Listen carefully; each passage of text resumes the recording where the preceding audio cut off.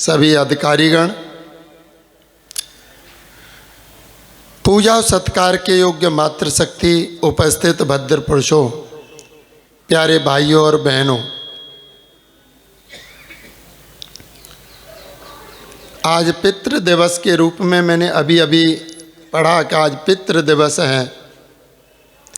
कहते हैं कि माँ वो शक्ति है जो कभी अपने बच्चे को भूखा नहीं रहने देती, और पिता वो शक्ति है कि मेरा बेटा कल भी कभी भूखा न रहे, भविष्य में कभी भूखा न सोए, उसकी व्यवस्था जो करने वाला है वो पिता है। और हम सबका पिता वो परमपिता परमात्मा, वो कभी किसी भी प्राणी को भूखा नहीं सोने देता, वो सबका पिता है। और उस पिता को जो आदर देते हैं, उस पिता को जो याद करते हैं, उस पिता को जो समझने का प्रयास करते हैं, उनकी जिंदगी में कभी भी और कहीं भी कोई दुख नहीं आता। और वो परमपिता परमात्मा जिसका निज नाम ओम है, ये ओम शब्द इतना गहरा है कि इस पर हम जितना भी मंथन करें, चिंतन करें, कुछ न कुछ इसके अंदर से निकलता रहता है। और जो परमपिता परमात्मा को प्यार करता है, उसको याद करता है, वो जन्मदाता पिता को भी कभी भूल नहीं सकता, क्योंकि जो उसको याद नहीं करते वही संतान इस पिता को भी भूल जाती है, क्योंकि उस पिता को जो भूलेगा वो इस पिता को भी भूल जाएगा। और कितने व्यक्ति कहते हैं कि उस परमपिता परमात्मा का निज नाम ओम है, हम कैसे माने? तो मैंने कहा कि वो परमपिता परमात्मा कभी किसी का सहारा नहीं लेता, वो बिना सहारे के चलता है। और उसके पास में जो सामर्थ्य है, उसने वो सबको सामर्थ्य दी है। आप विचार करके देखो, एक मनुष्य को अगर कोई पकड़ ले और उसकी पिटाई कर दे, और हमारे बीच में हमारे मुख्य अतिथि जी पधारे हैं, उनका हार्दिक स्वागत है मंच से। तो अगर कोई इंसान को पकड़ करके पीट दे, उसके दांत तोड़ दे, उसकी जीभ काट दे, और फिर विचार करके देखो, फिर कहे कि आप अपने पिता का नाम बताओ। अगर वो उस ईश्वर को राम मानता है तो उस कटी हुई जीभ से कभी बोल सकता है क्या? वो राम का उच्चारण नहीं कर सकता, वो कृष्ण का उच्चारण नहीं कर सकता, वो शिव का उच्चारण नहीं कर सकता। लेकिन वो जो परमपिता परमात्मा जिसका नाम ओम है, बताओ इतनी घायल अवस्था में भी ओम का उच्चारण कर सकता है या नहीं? वो ओम का उच्चारण कर सकता है। इसलिए क्योंकि उसको दांतों की, जीभ की, किसी की सहारे की आवश्यकता नहीं होती। वो परमपिता परमात्मा वो ओम है जो बिना सहारे के चलता है। और उसके अंदर 3 अक्षर आते हैं, अकार, उकार और मकार, आ, उ और म। मैं आपको समय की मर्यादा को ध्यान में रखते हुए बताऊंगा।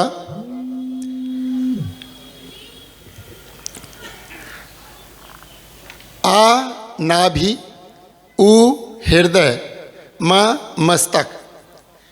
ये 3 केंद्र हमारे जीवन के लिए बहुत महत्वपूर्ण हैं।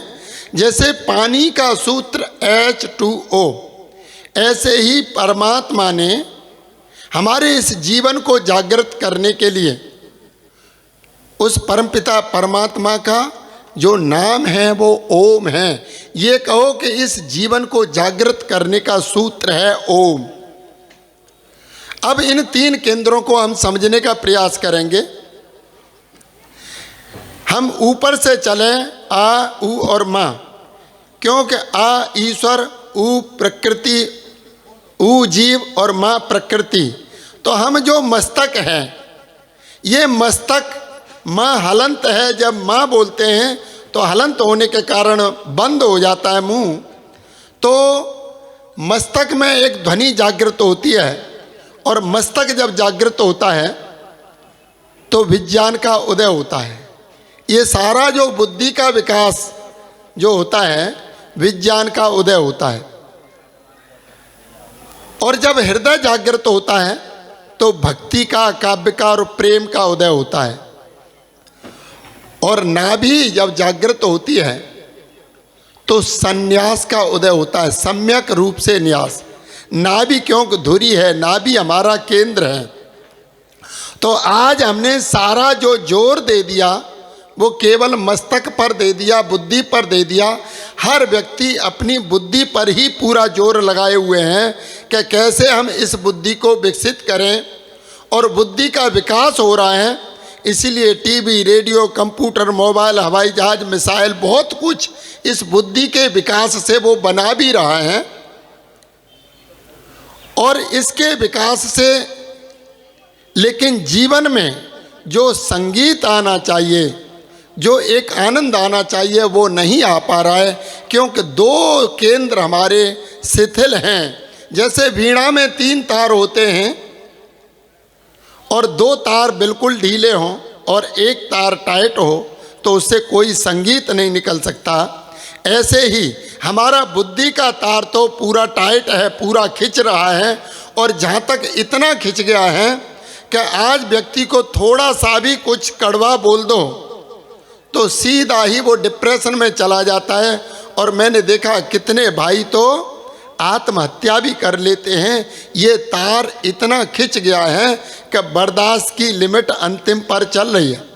वो कोई 98 डिग्री, कोई 90 डिग्री, कोई 85 डिग्री, इस तरह से हम डिग्रियों पर चलते हैं। जो 100 डिग्री पर पहुंच जाता है वो आत्महत्या कर लेता है। तो मैंने कहा हम केवल मस्तक पर जीने लग गए, और हमारा जो दूसरा केंद्र है वो हृदय, जिससे भक्ति का, काव्य का और प्रेम का उदय होता है, वो हमारा जो केंद्र है हृदय, हम उसको बिल्कुल भूल चुके हैं। हमारे जीवन से प्रेम खोता जा रहा है, और प्रेम जैसे जैसे हमसे खोता जा रहा है, हम वैसे वैसे दुखों के गर्त में गिरते जा रहे हैं। तो हमें हमेशा ये देखना है कि हम प्रेम से ऊपर उठें, और प्रेम से ऊपर उठने पर परमपिता परमात्मा की प्राप्ति होती है। रामायण में एक चौपाई आती है, हरि व्यापक सर्वत्र समाना, और प्रेम से प्रकट होए में जाना। कि वो परमपिता परमात्मा को अगर प्राप्त करना है तो वो प्रेम से प्रकट हो सकता है। प्रेम जब ऊपर को बढ़ता है, ऐसे कहो कि जहाँ समान विचार मिलते हैं जिन लोगों के साथ भी, वहाँ प्रेम का जन्म होता है, प्यार का जन्म होता है। और जहाँ प्यार होता है वहाँ एतबार होता है, वहाँ भरोसा आता है। और जहाँ भरोसा होता है, एतबार होता है, वहीं सदाचार होता है। वहाँ कोई भी धोखा देने की, छल कपट करने की कोई ज़रूरत नहीं पड़ती। क्यों? कि हमारा प्रेम है उनसे। और जहाँ प्रेम नहीं है वहाँ व्यक्ति धोखा देता है, छल कपट करता है, चालाकियाँ चलता है। तो जहाँ प्यार होता है वहाँ एतबार होता है, और जहाँ एतबार होता है वहीं सदाचार होता है, और जहाँ सदाचार होता है वहीं करतार होता है, वहीं वो परमपिता परमात्मा का वास होता है, जिसका निज नाम मैंने बताया वो ओम है। तो वो प्रेम से ही बढ़ते बढ़ते उत्थान करते करते परमात्मा तक पहुंचा जा सकता है। लेकिन प्रेम जब नीचे गिरता है तो मैंने कहा वो वासना बन जाता है, जिसको हम काम, क्रोध, लोभ, मोह, अहंकार कहते हैं। ये प्रेम का पतन है। जब प्रेम नीचे गिरता है तो वो पतन में चला जाता है, और फिर व्यक्ति जैसे जैसे पतन में जाता है वैसे काम, क्रोध, लोभ, मोह, अहंकार हमारे ऊपर हावी होते हैं, और हम दुखों के गर्त में गिरते जाते हैं। अशांति बढ़ती जाती है, बेचैनी बढ़ती जाती है, क्योंकि जितने हम नीचे गिरेंगे उतने ही हम ईश्वर से दूर चले जाएंगे, और जितने हम ऊपर को उठेंगे उतने ही परमात्मा के नज़दीक चले जाएंगे। ऊपर का तात्पर्य हमने सोचा कि परमात्मा कहीं ऊपर है, ऊपर हमारे ही अंदर हैं। हम अपने विचारों से ऊपर उठते हैं, शुभ विचारों को अपने जीवन में धारण करते हैं तो हम परमात्मा से जुड़ते हैं, और परमात्मा से जुड़ते हैं तो हमारे जीवन में सुखों की वर्षा होती है। तो मैंने कहा हम अपने हृदय पर भी जीने का प्रयास करें, केवल मस्तक पर ही ना जिएं। जो केवल गणित लगा करके चलते हैं जीवन में वो सभी जगह पर सफल नहीं हो सकते।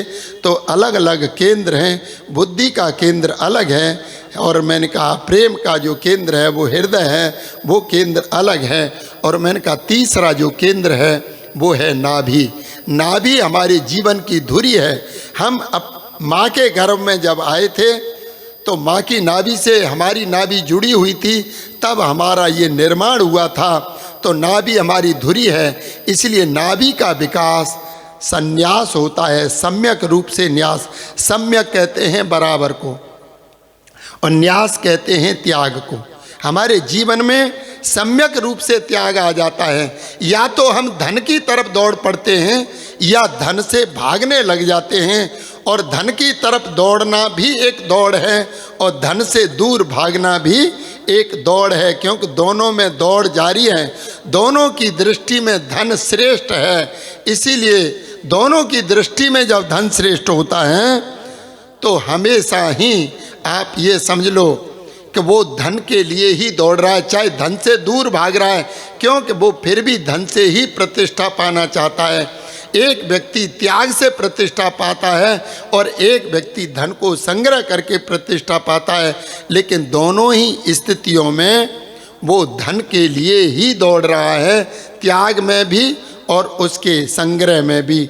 इसीलिए हम हमेशा इस बात को समझने का प्रयास करें कि वो परमपिता परमात्मा जिसका निज नाम ओम है, मैंने कहा कि उसको प्राप्त करना है तो हमें सम्यक रूप से त्याग लाना पड़ेगा, और वो नाभि की जागृति से आ सकता है।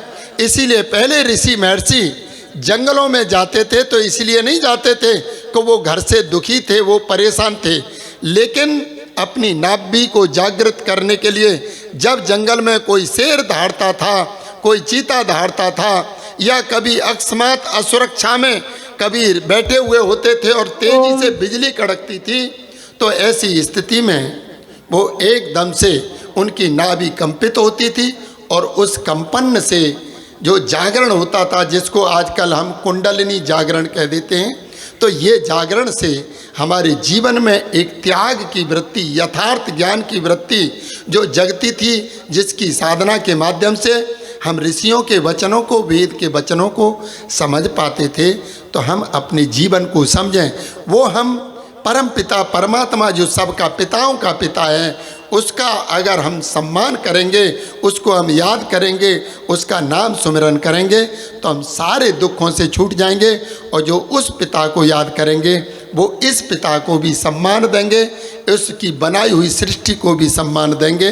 तो मैं अपनी वाणी को यहीं विराम दूंगा कि हम सबका जो पूजनीय है, सबका स्मरणीय है, वो परमपिता परमात्मा है, वो पिताओं का पिता है, जिसका निज नाम ओम है। हम उसका चिंतन करें, मनन करें, ध्यान करें। आप सभी ने मेरी बातों को बड़ी शांति और प्रेम से सुना, आप सभी का बहुत बहुत धन्यवाद। इति ओम शम ओम शांति शांति शांति।